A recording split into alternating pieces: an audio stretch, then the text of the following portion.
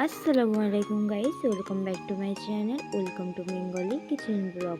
আজ আমাদের রেসিপি গরুর মাংসর কোফতা। এরকমই পারফেক্ট একদম জুসি আপনারা আপনাদের বাড়িতেই বানিয়ে নিতে পারবেন। তো চলো ভিডিওটা দেখতে থাকো।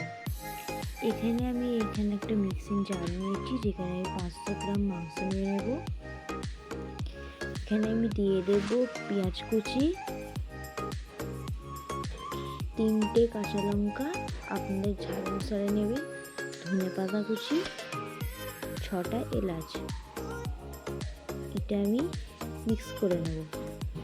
এখানে আমি দিয়ে দিচ্ছি আদা রসুনের পেস্ট,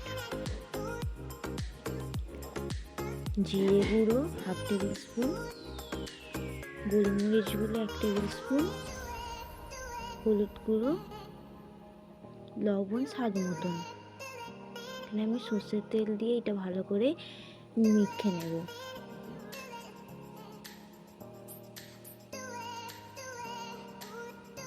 মেখে নেওয়ার পরে 5 মিনিট রেস্ট রেখে আমি এরমভাবে গোল গোল কাবাবের সাইজ করে নেব।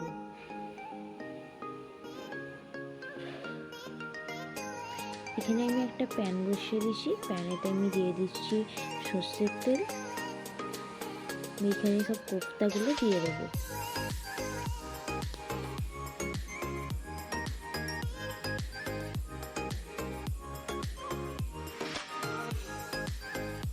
আমার চ্যানেলটিকে অবশ্যই সাবস্ক্রাইব এবং লাইক করে দেবেন। এখানে আমি আস্তে করে উল্টে নেব একটা একটা করে।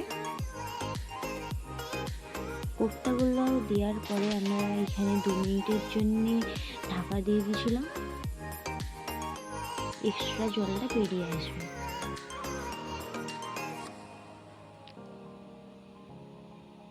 তো এখানে আমার সবগুলো উল্টে পাল্টে করে ভেজে নেব।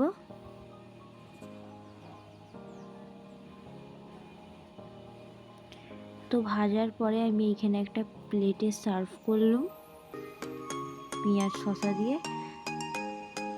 আপনাদের একটা আমি ভেঙে দেখাই কতটা জুসি হয়েছে, আপনারা নিজেই দেখতে পাচ্ছেন।